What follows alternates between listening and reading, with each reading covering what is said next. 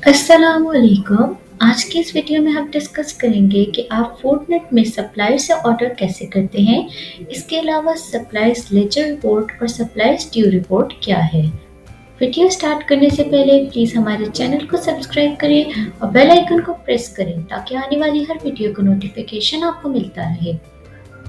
जैसे कि आप जानते हैं कि आप फूडनेट में सप्लायर्स को मैनेजर साइट से मैनेज करेंगे। इसके लिए ज़रूरी है कि आप अपने क्रेडेंशियल्स को ऐड करें और लॉगिन का बटन क्लिक करें। सक्सेसफुली साइन इन करने के बाद आप जाएंगे अपने लोकेशन पेज पर। लोकेशन पेज पर क्लिक करने के बाद आप एंटर हो जाएंगे मेन मेन्यू पेज पर। जैसे कि आप यहाँ देख सकते हैं कि अब आप इस टाइम मेन मेन्यू पेज पर हैं। आपको मेन मेन्यू पेज पर अपनी लेफ्ट साइड पर एक बटन नज़र आ रहा होगा जो कि है साइड ड्रॉअर का। आप उसको क्लिक करेंगे और आपके सामने साइड ड्रॉअर ओपन हो जाएगी। अब हम बढ़ते हैं सप्लायर्स की जानिब। सप्लायर से ऑर्डर करने से पहले आपका सप्लायर होना लाजमी है। जैसे कि आप देख सकते हैं कि यहाँ फिलहाल कोई सप्लायर मौजूद नहीं है। आप अपने रेस्टोरेंट मेन्यू की आइटम्स और इंग्रेडिएंट्स जिस भी सप्लायर से लेते हैं आप उसकी डिटेल्स को यहाँ पर ऐड करेंगे। सप्लायर्स को ऐड करने का तरीका हम पहले भी डिस्कस कर चुके हैं और इसका लिंक वीडियो की डिस्क्रिप्शन में मौजूद है। जैसे कि आपको आइडिया होगा कि सप्लायर्स को ऐड करने के लिए आप ऐड सप्लायर्स बटन पे क्लिक करेंगे और उसके बाद आपके सामने एक स्क्रीन अपीयर हो जाएगी न्यू सप्लायर की। यहाँ पर आप अपने सप्लायर की बेसिक इन्फॉर्मेशन और एड्रेस इन्फॉर्मेशन को ऐड करेंगे और उसके बाद आप सबमिट का बटन दबाएंगे और आपका सप्लायर ऐड हो जाएगा। जैसे कि आप यहाँ देख सकते हैं कि आपका सप्लायर ऐड हो जाएगा। यहाँ पर सप्लायर को ऐड करने के बाद नेक्स्ट स्टेप ये होगा कि अब हम बढ़ेंगे इन्वेंट्री की जानिब। इसके लिए आप अगेन साइड ड्रॉअर का बटन क्लिक करेंगे और आपके सामने इन्वेंट्री मैनेजमेंट का ऑप्शन नज़र आएगा। आप उसको क्लिक करेंगे और उसके बाद आप स्टॉक लोकेशन में आ जाएंगे। सप्लायर ऐड कर देने के बाद आपका नेक्स्ट स्टेप होगा स्टॉक लोकेशन ऐड करने का। जैसे कि अभी आपने अपने सप्लायर की इन्फॉर्मेशन को ऐड किया है कि आप कौन से सप्लायर से क्या चीज़ लेते हैं। अब आप अपने स्टॉक की लोकेशन को क्रिएट करेंगे। स्टॉक लोकेशन क्रिएट करने की भी वीडियो हम ऑलरेडी डिस्कस कर चुके हैं।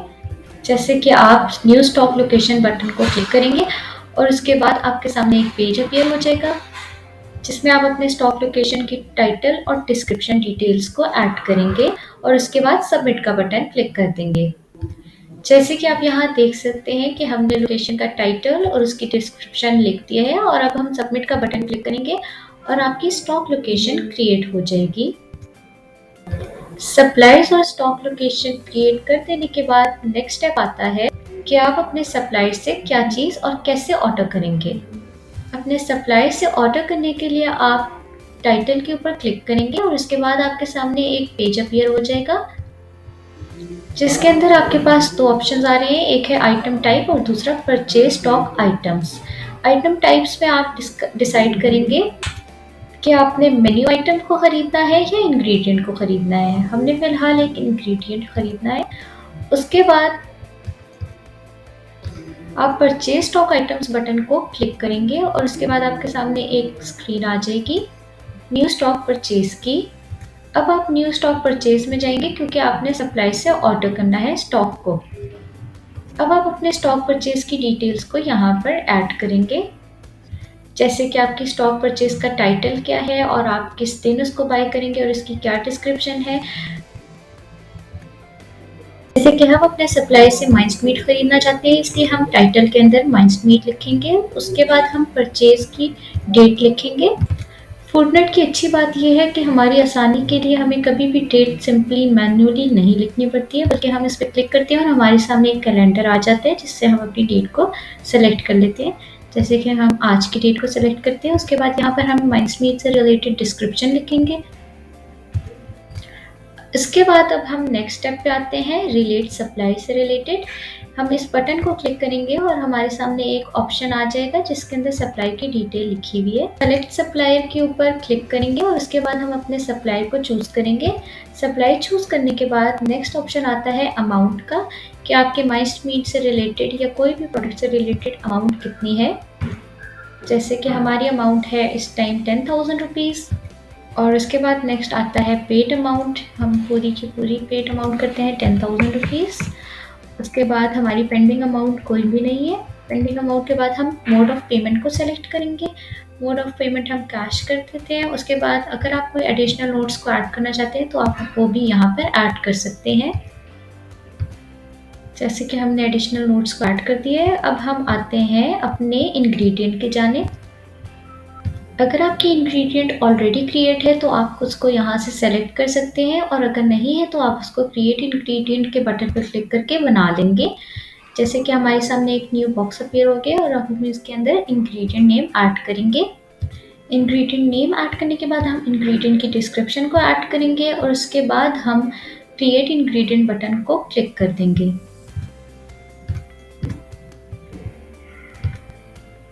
बटन क्लिक करने के बाद हमारी इंग्रेडिएंट क्रिएट हो चुकी है। अब हम इसकी क्वांटिटी को ऐड करेंगे कि हमें कितनी क्वांटिटी में चाहिए। हमें इस टाइम 10 kg में चाहिए। हम अब यूनिट को सिलेक्ट करेंगे।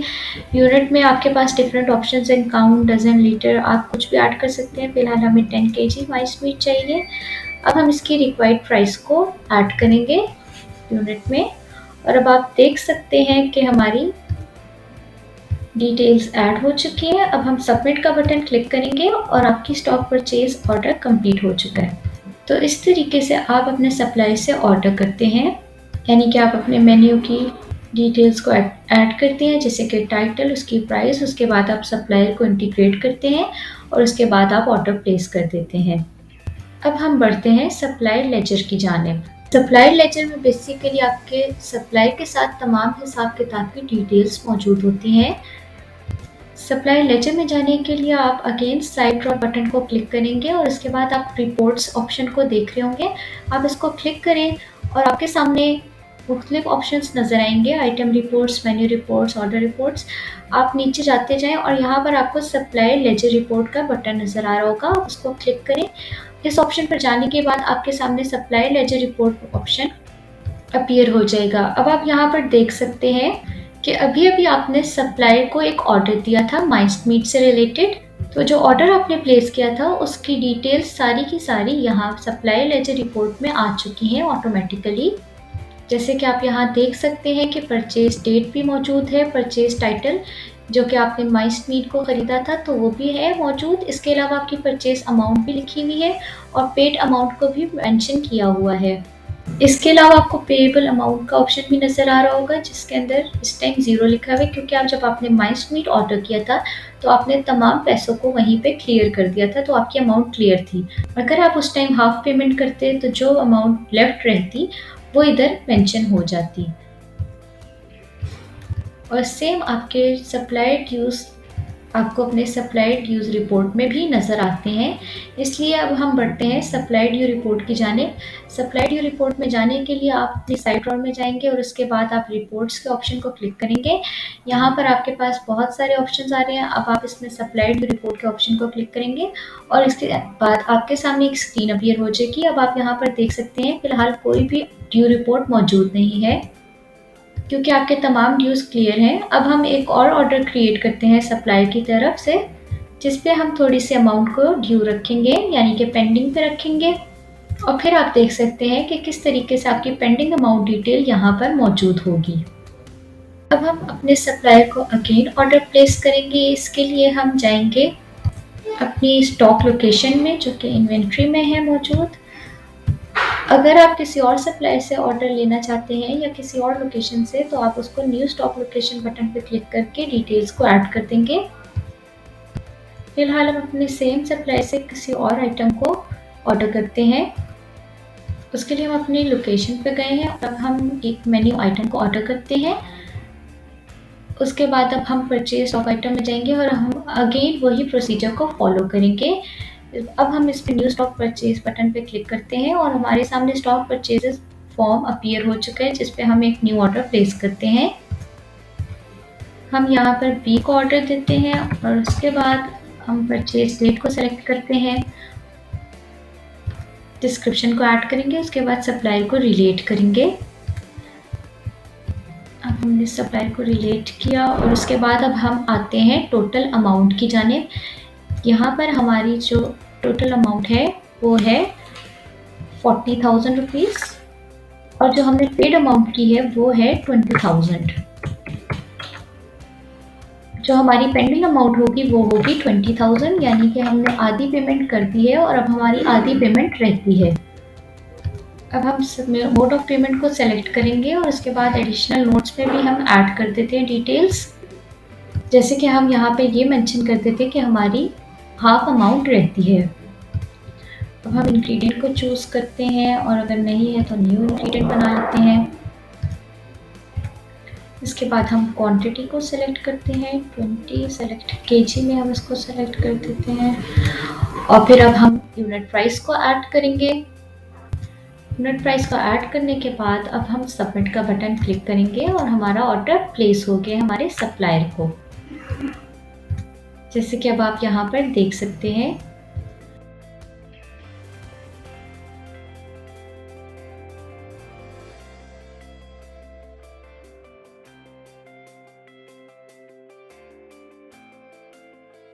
अब हम बढ़ते हैं सप्लायर ड्यू की जानिब। इसके लिए हम अपने साइड रोल में जाएंगे और इसके बाद हम रिपोर्ट्स के सेक्शन में जाएंगे, जहाँ पर आपको मुख्तलिफ ऑप्शंस नज़र आ रहे होंगे। यहाँ पे हमें सप्लायर ड्यू रिपोर्ट का ऑप्शन नज़र आ रहा है, हम इस बटन को क्लिक करेंगे और अब आप देख सकते हैं कि सप्लायर ड्यू की डिटेल्स यहाँ पर आ चुकी हैं। जैसे कि हमने अपने सप्लायर अहमद को एक ऑर्डर प्लेस किया था और हमारी जो पेएबल अमाउंट थी लेफ्ट वो थी 20,000 रुपीज़। तो अब आप देख सकते हैं कि यहाँ पर सप्लायर ड्यू रिपोर्ट में ये रिपोर्ट शामिल है। इसके अलावा फुटनोट में अगर आपने सप्लायर ड्यू या सप्लायर लेजर रिपोर्ट को मालूम करना है और आपके पास यहाँ पर लिस्ट मौजूद हो और आपने किसी एक स्पेसिफिक सप्लायर के बारे में जानना है, तो आप फ़िल्टर के ऑप्शन को भी इस्तेमाल कर सकते हैं। आप फ़िल्टर बटन के ऊपर क्लिक करेंगे और उसके बाद रिक्वायर्ड डिटेल्स को ऐड करेंगे, जैसे कि आप ऑर्डर नंबर के थ्रू भी ट्रैक कर सकते हैं। इसके अलावा आप डेट और टाइमिंग्स के थ्रू भी सप्लायर डिटेल्स को ट्रैक कर सकते हैं इजीली। आप जस्ट यहाँ पर डेट को एंटर करेंगे कैलेंडर के थ्रू, उसके बाद आप यहाँ से टाइमिंग्स को सेलेक्ट करेंगे और फ्रॉम से लेके टू तक डेट्स को एंटर करने के बाद आप ऑल सप्लायर का फ़िल्टर लगा सकते हैं या किसी स्पेसिफिक सप्लायर को भी चूज़ कर सकते हैं। उसके बाद आप पर पेज के हिसाब से भी मालूम कर सकते हैं। आप इसको क्लिक करेंगे और फिर आप सर्च का बटन दबाएंगे और आपके पास तमाम डिटेल्स आ सकती है। इसके अलावा आप सप्लायर डिटेल्स को प्रिंट भी कर सकते हैं, जहाँ ये आप देख सकते हैं ये ऑप्शन है प्रिंट रिपोर्ट का। आप इसको क्लिक करेंगे इस बटन को और आपकी प्रिंट हो जाएगी इजीली रिपोर्ट भी।